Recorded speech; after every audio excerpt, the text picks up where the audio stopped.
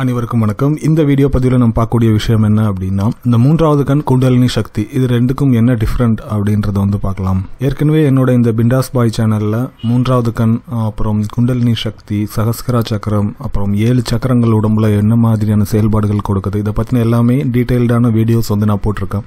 இருந்தாலும் உங்களுக்கு இந்த குண்டலினி சக்தி, மூன்றாவது கண், அதை பற்றின ஒரு கன்ஃபியூஷன் இல்லைன்னா அதை பற்றின ஓவர் எக்ஸ்பெக்டேஷன் அப்படின்றது இருந்துகிட்டே இருக்கு. ஸோ அதை பற்றி நிறைய பேர் கேள்வி கேட்டுகிட்டே இருந்தாங்க. ஸோ அவங்களுக்கான ஆன்சர் அந்த வீடியோ இருக்கும்னு நினைக்கிறேன். முதல்ல அந்த கேள்விகளில் பார்த்தீங்க அப்படின்னா, குண்டலினியும் மூன்றாவது கண்ணும் ஒன்னா அப்படின்றது தான் அவங்களுடைய கேள்வி. குண்டலினி சக்தி அப்படின்றதும் மூன்றாவது கண் அப்படின்றதும் கொஞ்சம் வேற விஷயம்தான். குண்டலினி சக்தி அப்படின்றது உங்களுடைய முதுகுத்தண்டு முடிகிற அந்த இடத்துல மூலாதார சக்கரம் இருக்கு இல்லையா, அந்த இடத்துல தான் குண்டலினி சக்தின்றது ஒரு மனுஷனுக்கு சாதாரணமாக இருக்கும். ஆக்டிவேட் ஆயிடுச்சு அப்படின்னா தான் அது அந்த சக்கரத்தை விட்டு மூவ் ஆகும். இல்லைன்னா டிஃபால்ட்டா அந்த சக்கரத்துல தான் இருந்துட்டே இருக்கும். மூன்றாவது கண் அப்படின்றது உங்களுடைய நெற்றி பகுதி, அந்த பொட்டு வைக்கிறாங்கல்ல பெண்கள், அந்த பகுதி உள்ள பாத்தீங்க அப்படின்னா பிரெயின் உள்ள பீனியல் இல்லைன்னா பைனியல் கிளாண்டுன்னு சொல்லக்கூடிய ஒரு சுரப்பி ஒன்று இருக்கு. அதுதான் மெடிக்கல் ரீதியா பார்க்கும்போது மூன்றாவது கண் அப்படின்றது. ஸோ சாதாரணமா இந்த பீனியல் கிளாண்ட் அப்படின்றது ஆவரேஜா ஒர்க் ஆகலாம், சிலருக்கு ஒர்க் ஆகாமலே கூட இருக்கலாம். ஸோ இந்த பீனியல் கிளாண்டோட ஆக்டிவிட்டியை இன்க்ரீஸ் பண்ணுறதுக்காக யூஸ் பண்ணக்கூடிய சக்தி தான் குண்டலினி சக்தி அப்படின்றது. ஸோ அந்த கிளாண்ட் அப்படின்றது பிரெயினுக்கு அடியில் சின்னதாக இருக்கக்கூடிய ஒரு பார்ட்டு. அதை நம்ம எக்ஸ்டர்னலாக ஆக்டிவேட் பண்ண முடியாது. ஸோ அதை இன்டர்னலாக ஆக்டிவேட் பண்ணுறதுக்காக யூஸ் பண்ணக்கூடிய ஒரு விஷயம் தான் குண்டலினி சக்தி அப்படின்றது. அந்த சக்தி அப்படின்றது நம்முடைய மூலாதாரம் சொல்லக்கூடிய அந்த பகுதியில் இருக்கும். அதை ஒரு குரு அப்படின்றவங்க அதை டச் பண்ணி ஆக்டிவேட் பண்ணி உங்களுடைய நெற்றி பொட்டுக்கு கொண்டு வச்சிடுவாங்க. ஸோ நெற்றி பொட்டில் அந்த குண்டலினி சக்தின்னு சொல்லக்கூடிய அந்த ஃபீலை நீங்கள் உணரும் போது உங்களுக்கு அந்த தேடை அப்படின்றது ஆக்டிவேட் ஆகும். தேடை ஆக்டிவேட் ஆகுது அப்படின்னா நீங்கள் மற்ற யூடியூப் வீடியோஸ்லையோ இல்லைனா புக்ஸில் படிச்சிருக்கிற மாதிரியோ எந்த ஒரு மேஜிக்கும் எதுவுமே கிடையாது. தேடை ஆக்டிவேட் ஆகுது அப்படின்னா நிறைய விஷயங்களில் உங்களுக்கு கான்ஷியஸ்னஸ் அப்படின்றது அதிகரிக்கும். எந்த ஒரு விஷயத்தையும் நீங்கள் அனுபவிச்சு தான் அந்த அனுபவத்தை பெறணும் அப்படின்றது இல்லை. நீங்கள் மனதில் உணர்ந்தாலே அந்த அனுபவம் இப்படி தான் இருக்கும் அப்படின்றத உங்களால் கெஸ் பண்ண முடியும். இஎஸ்பி மாதிரியான விஷயங்கள் ஒர்க் அவுட் ஆகும். மனம் ஒருநிலைப்படும். உங்களோட ஹையர் ஸ்டேட்டில் இருக்கக்கூடிய இல்லை ஹையர் கான்ஷியஸில் இருக்கக்கூடிய பீப்புளோட ஒரு கனெக்டிவிட்டி அப்படின்றது மென்டலி நீங்கள் ஏற்படுத்திக்க முடியும். ஸோ இதுதான் நடக்குமே தவிர, ஒருத்தர் ஏதோ ஒரு வீடியோவில் பார்த்துட்டு என்கிட்ட கேட்டார், தேடை திறந்தானா ஆவியெல்லாம் கணக்கு தெரியும் அப்படின்னு சொன்னாங்க. அதெல்லாம் உண்மையா அப்படின்னு சொல்லி கேட்டார். ஸோ அந்த மாதிரிலாம் எதுவும் கிடையாதுங்க. ஒருவேளை ஆவி மாதிரியான விஷயங்களை உங்களுடைய மனதில் உணரணும்னா நீங்கள் உணர முடியும். ஸோ அதுதான் பாசிபிலிட்டியே தவிர தேடை அப்படின்றது ஃபிசிக்கலாக விசிபிலிட்டி கொடுக்கக்கூடிய ஒரு விஷயம் கிடையாது. மனதில் உணரக்கூடிய ஒரு விஷயம் மட்டும்தான். ஸோ மூன்றாவது கண் அப்படின்றது நம்முடைய நெற்றியில் இருக்குது. அதை வெளியிலேருந்து நம்ம வேற எதையும் வச்சு ஆக்டிவேட் பண்ண முடியாது. அதுக்காக நம்ம உடலில் இருக்கக்கூடிய அந்த குண்டலினி சக்தியை வச்சு நம்ம ஆக்டிவேட் பண்ணிக்கிறோம். அந்த குண்டலினி சக்தி நம்ம நெற்றி போட்டில் இயங்கும் போது நம்ம மூளைக்கு அடியில் இருக்கக்கூடிய அந்த பீனியல் கிளாண்ட் அப்படின்றது சிறப்பாக செயல்படுறதுக்கு உதவி பண்ணுது. அது மூலமா நமக்கு அந்த தேடை வியூ அப்படின்றது கிடைக்குது. ஸோ நான் ஏற்கனவே இந்த பிண்டாஸ் பாய் சேனல்ல நேற்று போஸ்ட் பண்ண வீடியோவில் கூட சொல்லியிருந்தேன், என்னுடைய தேடை ஆக்டிவேட் ஆனதுக்கு அப்புறம் தான் நிறைய விஷயங்கள் நான் புரிஞ்சுட்டேன், என்னுடைய மனதில் எனக்கு உணர்த்தப்பட்டது அப்படின்னு சொல்லி. ஸோ அதே மாதிரி விஷயங்கள் எல்லாருக்கும் நடக்கும். உங்களுக்கும் அந்த தேடை ஆக்டிவேட் ஆச்சு அப்படின்னா நடக்கும். சிலர் குண்டலினி ஆக்டிவேட் ஆயிடுச்சு, எனக்கு தேடை ஆக்டிவேட் ஆயிடுச்சா இல்லையான்றது எப்படி தெரிஞ்சுக்கிறது அப்படின்ற மாதிரி கேட்டாங்க. தேடை ஆக்டிவேட் ஆயிடுச்சு அப்படின்னா உங்களுக்கு இஎஸ்பி மாதிரியான விஷயங்கள் ஃபர்ஸ்ட் ஒர்க் அவுட் ஆகும். அது எல்லாமே உங்களுடைய மைண்டில் தான் உணரப்படுமே தவிர வெளியிலேருந்து எதுவும் பெருசாக தெரியாது. ஸோ உங்கள் மைண்டில் நீங்களே உணர்வீங்க, இது சரிதான், இப்படி தான் நடக்குது அப்படின்ற மாதிரி.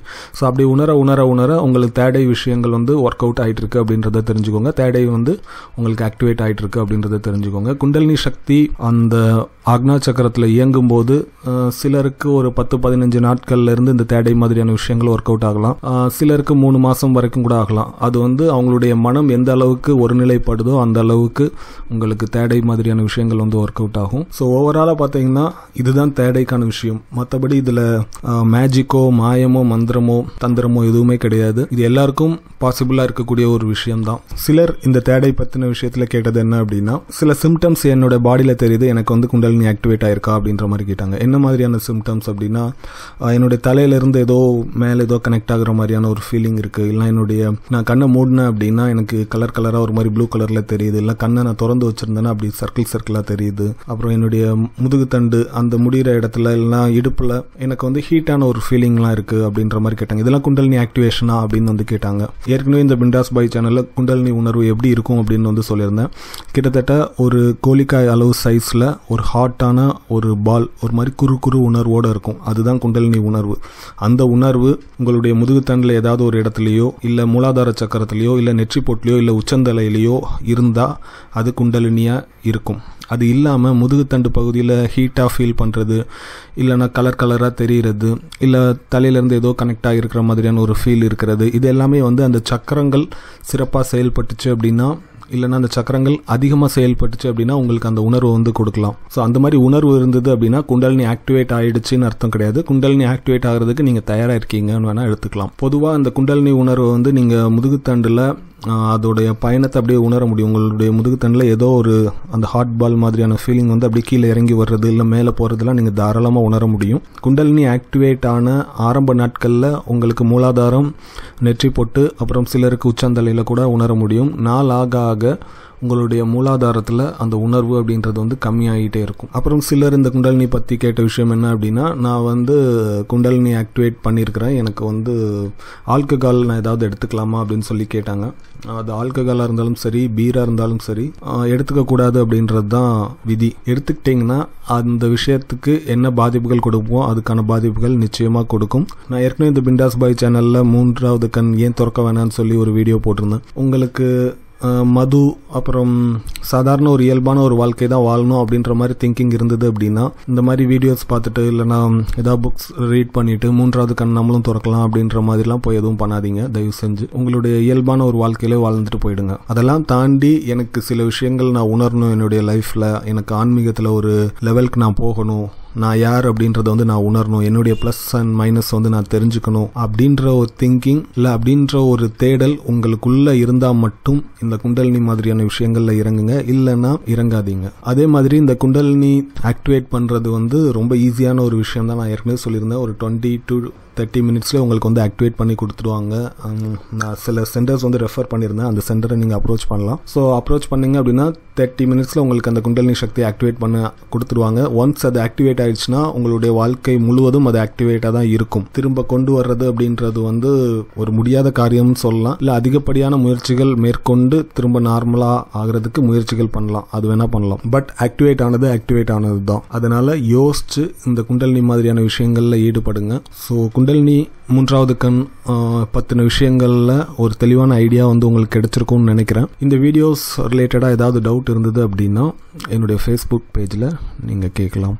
நன்றி.